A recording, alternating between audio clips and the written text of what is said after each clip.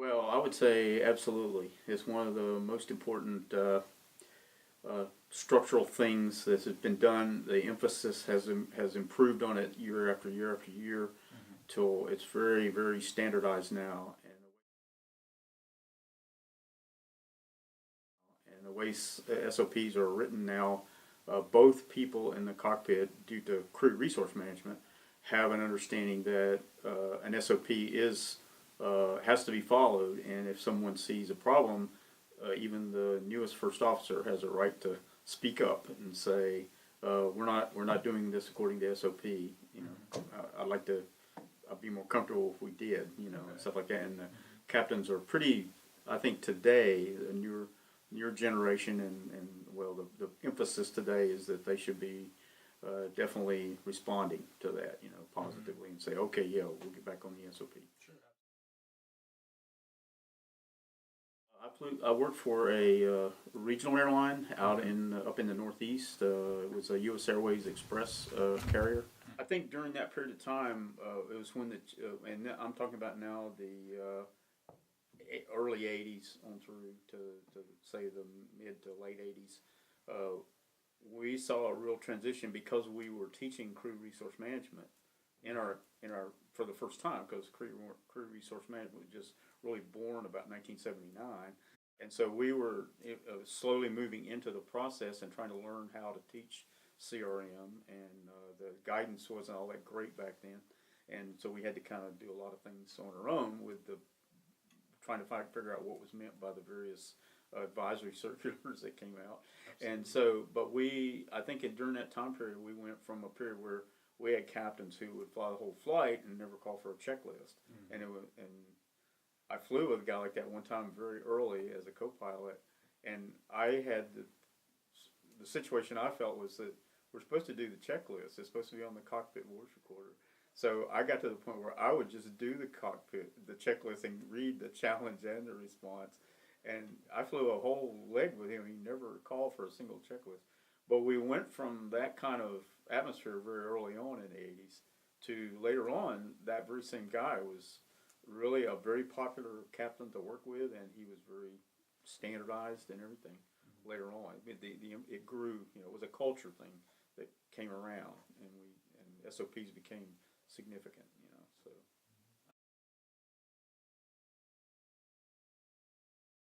One of the things we did, they built a new terminal for the regional airlines down in Philadelphia, and for the first time, we were actually pulling our Dash 8 aircraft up, and they were actually we were up by a jetway, and they were putting a jetway in place, and so that was our first experience with that. So we had to go through that very same kind of thing, like you say, where you have to wait to get marshaled in, and you have to wait for the jetway to come up and all that kind of stuff. And then that one of the issues for us on that one was that they wanted us to start engines during the pushback. And on a jet, and especially something like a DC-9 or something where the engines are way back on the tail, that makes perfect sense. It's not a big deal. They're pushing back. The engines are way back there, not near anybody.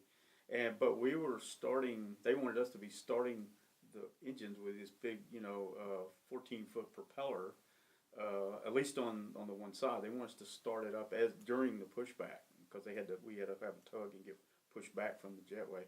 And as a pilot group, we said, no, we don't like that. We just don't feel comfortable starting an engine that close in with people on a ramp where people could be walking around. And so they reconsidered, and they said, no, we'll push you back, and the tug unhooks, and then you start the engines. And what they wanted us to do, we didn't feel comfortable with, and we discussed it. The union discussed it with them, and they said, okay, we'll change the procedure. We see what you're saying. So that was a change of SOP that was pretty positive in our viewpoint. Both the SOP was better, but also it was positive that the company saw our point and went along with it.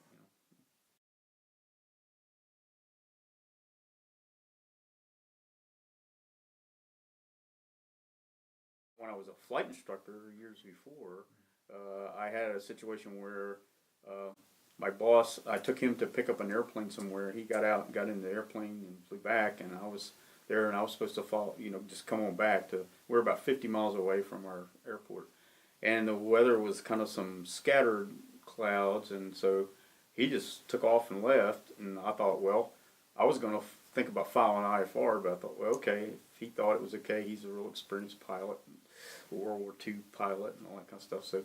So I took off, and I found myself like kind of scud running before I got to where I was going.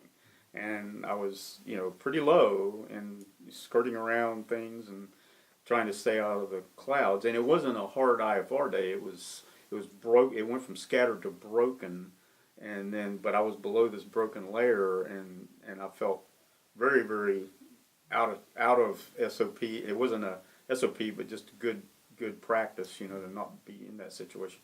So personal minimums. Yeah, well, yeah, very much below my personal minimums, But so what I did though was, as I got close to our airport, I called the tower. We had a ILS there, and they had radar. So I said, "Hey, could you guys put me on IFR so I can climb up and then just shoot the ILS?" And they said, "Yep." So I did that. I felt a lot more.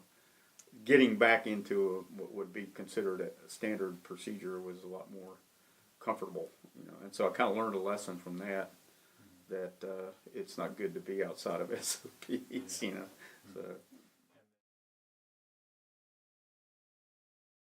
we had a very interesting SOP on the Dash 8. When we first got the Dash 8, we used to have these tail stands that they put on the back in case they loaded bags and people went to the back of the airplane first. It would get a little tail heavy, They were concerned about it, So they had a tail stand back there originally, and so we had an SOP for the flight attendants, and the flight attendants would, when we were ready to, before we started the engines, the flight attendant had to come up to the front, of course, give us the seating arrangement for weight and balance, but then they were supposed to say, passenger count is correct, bags are stowed in the cabin, and I have the tail stand because we didn't want anybody to take off with a tail stand.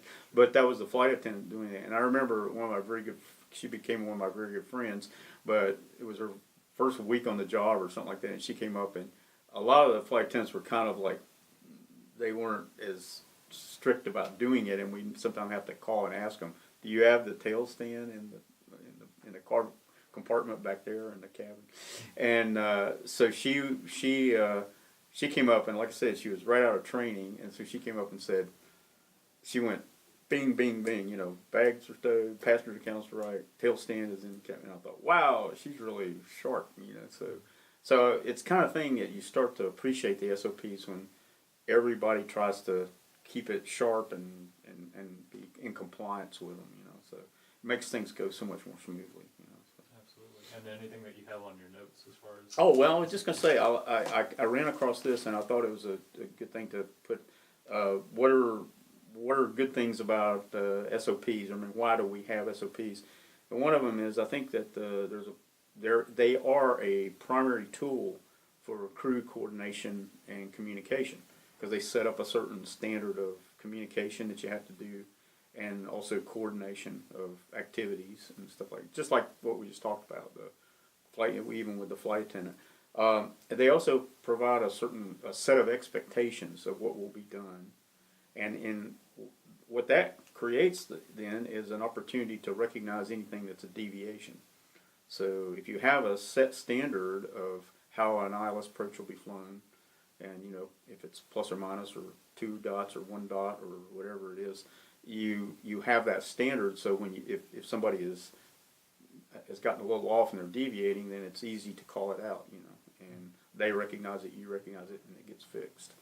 And then the other one is that SOPs tend to provide a protection from something that's a known risk, because the reason a lot of SOPs came out is because somebody identified there was either an accident or somebody identified a risk that's associated with a certain way of doing things, and they said, well, we shouldn't be doing it that way. We should have a standard procedure that will, keep us away from that. It will mitigate that risk, whether it's a unstabilized approach or, or a prop spinning, close to the gate, or something like that.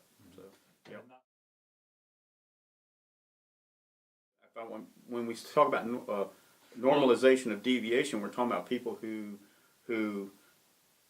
if people get away with not doing the SOP enough, then that becomes the norm. Okay. In other words, if there's an SOP, now let's face it, some SOPs are awkward, or there have been ones that have been promulgated that are awkward, and so the awkward ones tend to get, people try to find a workaround, or they try to find a different way to accomplish the same thing, and I think that's where we creep into the normalization of deviation. We're deviating from the SOP, and therefore that becomes the norm now. If everybody starts to do it, everybody gets comfortable with being not on the SOP. And again, there may be a valid reason. So what we need to do in a case like that is the pilot group needs to go to the company and address that and say, the SOP is awkward. Can we change something about it so that it will be, we can use, we don't like not doing it, but we don't think we think it's too awkward. And I actually come to think of that prop idea is a perfect example. I mean, some of us just didn't start the prop until they pushed us back. We just didn't start the engine until we got pushed back, and when that we dealt with it, and the company said, okay, yeah, that we'll change the SOP. So so that way we're following the SOP, and we're not having to violate the SOP because of a personal sense of risk or something like that, So. And then, I guess, would you say that, because I think I've heard Dr. Neff say this, is that SOPs, they are it's kind of like they're the most effective way to deal with a situation as far as like emergencies and whatnot go, that SOPs kind of have taken into account all of the possible ways to handle a situation, right, and they point you towards the best situation. And that's why I said about the risk factor. It's an area of known risk. So we do an SOP to keep us away from that risk factor and to mitigate it. By sticking with the SOP. And approaches is a perfect example. Being stabilized, and again where the CRM has to come in is that, again, like we said before, the first officer has to feel he has a right to speak up, or whichever pilot. The captain could be the one who's watching, and the first officer's flying approach, and the captain has to have the right, or the first officer has to have the right to speak up and say, I'm not trying to hurt your feelings, but we need to get back on the glide slope, and stuff like that. So I think that's the area where where they have the most where they really create the safety factor that can be dealt with. Where you can actually step in and say something, even if we need to go around. We're below 500 feet, and that's the limit for not being stabilized on an approach or something.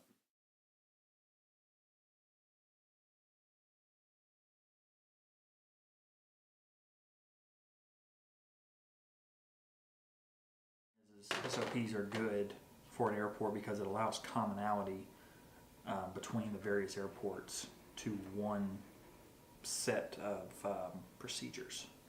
Take fuel delivery, for example. Standard operating procedures with fuel delivery is our fuel provider, Shell Aviation, provides a form.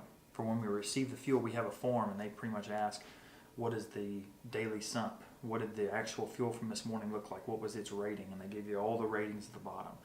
And they go, they want you to find what's called the specific gravity of it. And they want to know what is the gravity from a hydrometer versus the temperature of the fuel, and does it coincide with what the truck has before they left the terminal? Because that way, if there's any bad fuel, they can consolidate it down to one particular area. That way they don't have fuel contamination if they do by chance find anything. And we looked it up, it was over 12,000 loads of fuel, and only one load of fuel has been bad. And it was only off by 0.1. And that's in the 24 years of the current airport manager's career there. The fuel is the biggest thing. I really like that the company actually has a procedure for receiving fuel versus some places are, how does it look? is there anything in it? No. Okay, it's fine.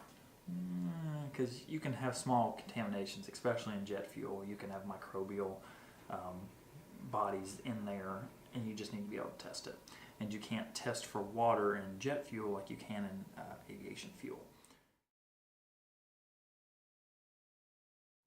Really, the bad thing, and kind of any situations that could be improved, is fuel trucks. Shell Aviation, or Eastern Aviation, is the company in which we go through everything. All of our fuel comes through that company, and we use there is no real certification process for training people on how to use fuel trucks, other than just the fuel quality control, and that really bothers me because take a jet truck for example. You're probably looking at least 2,000 gallons. 7 pounds a gallon for jet fuel, you're looking at 14,000 pounds plus the truck. You're talking 20,000 pounds driving around a ramp. And if people are not properly trained on that, someone can get hurt, and the aircraft can get damaged. They're rolling bombs. That's why we have to make sure people are trained on them properly. And then another operating procedure would be radio communication.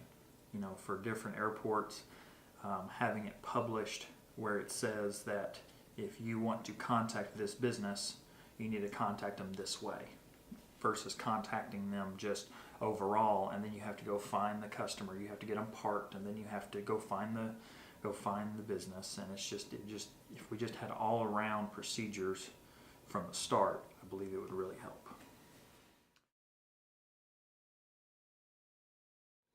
There are, because in the FAA, airports get their certifications through Part 139 of the Federal Air Regulations, and there are so many that I can't even, I could not even begin to list them.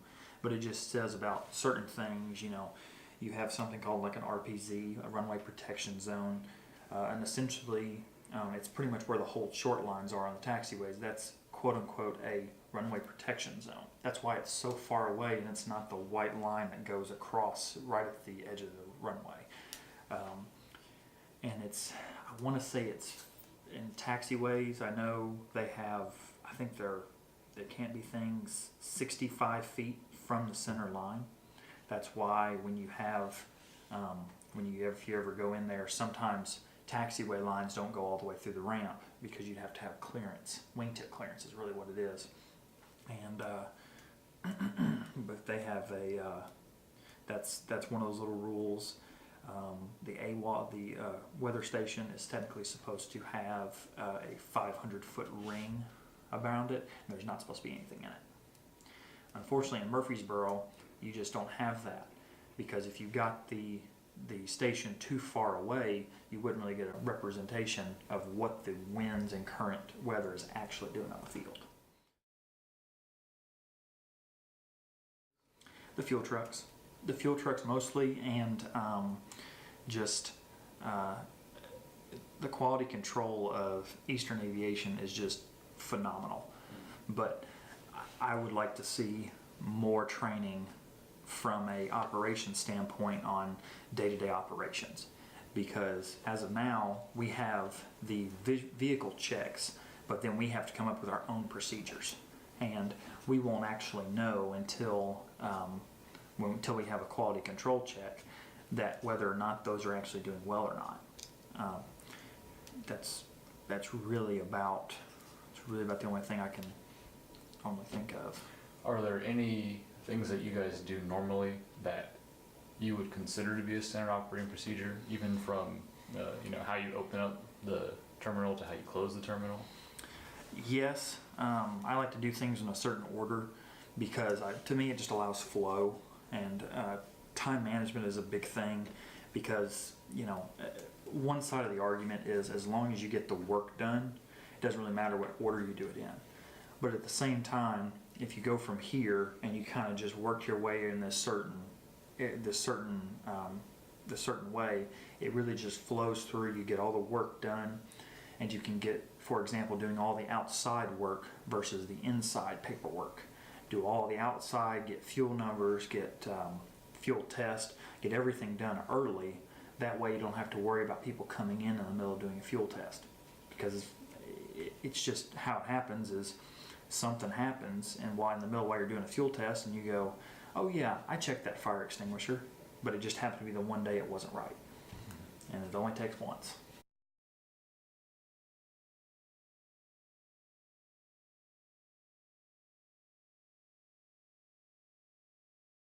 These SOPs constitute a risk analysis, and the risk mitigations have been determined by following the SOPs.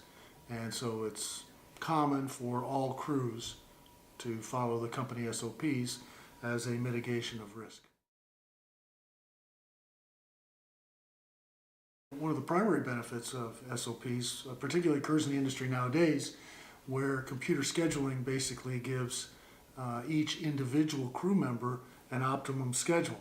As a consequence, we fly with different crew members all the time, so we have to have a common language, and SOPs constitute the basis of a common language. I coordinated with the other crew members, flight attendants and first officer, good CRM, and called the chief pilot. Again, he's part of our team. And so I called the chief pilot and told him what my plan was and what I was going to do. And he said, let me know how it turns out. So we enforced the SOPs, because SOP is not only a common language for crew members, SOP is a common language on how does the airline run. So we have done risk mitigation on all the standard procedures about the gate agent's interface with the crew, about the crew's interface with the ramp personnel, and so forth. So SOP, common language in that regard, and the risk mitigation embodied in the SOP actually is the string or the thread that holds the whole operation together. Well, flight attendants, first and foremost, we, again, because of computerized scheduling and because the capability is there, we had different sets of flight attendants, different crews of flight attendants on many legs. We'd fly 4 or 5 legs a day. We might get as many as 4 or 5 crews of flight attendants. And so each and every time we get a crew, we go through the required crew briefing, which is SOP, tells you, what kind of subjects you have to cover and so forth and so on. So SOP established the framework for each and every one of the briefings, and so that we again had a common language to discuss with the flight attendants. They expected destination, en route time, turbulence, altitude, down as much as beverage requests. How do you like your coffee? It's a common language, and it ties the crew together. It creates a team. It's a bridge between you and the back end crew, if you will. It creates a team. But the captain is given deviation authority through the SOP to use the captain's discretion as to whether you're going to taxi on one engine or not. And some of the mitigations that you're allowed to use your discretion on is, is it really hot? Is the ramp asphalt? Is it soft? Is it raining? Is it slippery? Are you really heavy? Does it take more power to taxi out of the gate? So that's kind of a hybrid, if you will, in that you're not following the SOP, which is taxi one engine, but you have a waiver, a discretionary waiver, if you will, to not follow the SOP based on your best judgment. So I guess in that sense, captain's judgment and SOP, there's always judgment in SOP. So today, in the days gone by, we did everything by flow pattern, and we still do. And my last operator, we only put the killer items on the checklist. We did everything by flow pattern, so our checklist was very short. The after takeoff checklist might be, gear up, flaps up, landing lights off at 10,000 feet. That might be the after takeoff checklist. Killer items, through 18,000 altimeter, that sort of thing. Okay, way back, when we had a different philosophy. You did everything by flow pattern, and then whoever did it read the checklist, but then all they would have to announce is after takeoff checklist complete. You know, so those are the only things you heard on the voice recorder. But I think really what you're asking is that the captains established the SOP. They did or didn't follow what the company procedures were, and they established the SOP. And the answer to that question about have I ever done that, the answer is yes, particularly when I was a probationary first officer. I kept a book on every captain. And so I knew when I got on the cockpit with the captain, had I had the opportunity to fly with him again, I knew exactly the way he operated. And they were all he's at the time, you know.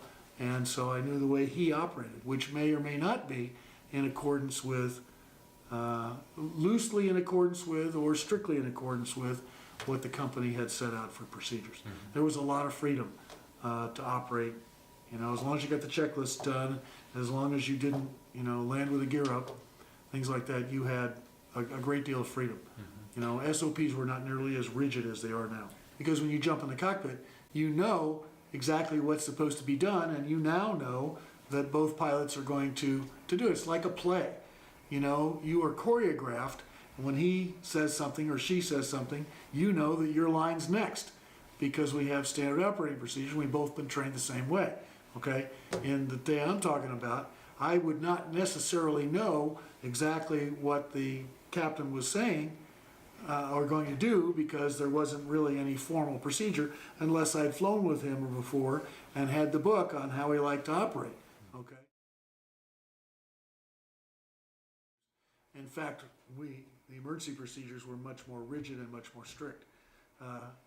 It's kind of gone, cockpit communication has gone more orchestrated, choreographed. Emergency procedures have gone less, because now you don't have to memorize them, you can get the book out and do them. In the old days, the 737 engine failure at takeoff, V1 cut, for example, had 13 memorized steps, okay? And you had to go through those steps by memory, and both pilots would do that. Even if they flew the airplane differently, they still had to go through the memorized steps. Today, you know, the steps have been reduced to 2 or 3, you know, steps type thing, and then kind of the checklist comes up on the screen and you just cross them off as you do them. So it's not so much memory as it used to be. So it's just different. You know, in terms of communication you asked, aviation is a funny profession. The things you do once a career you must have memorized. The things you do every day you cannot memorize.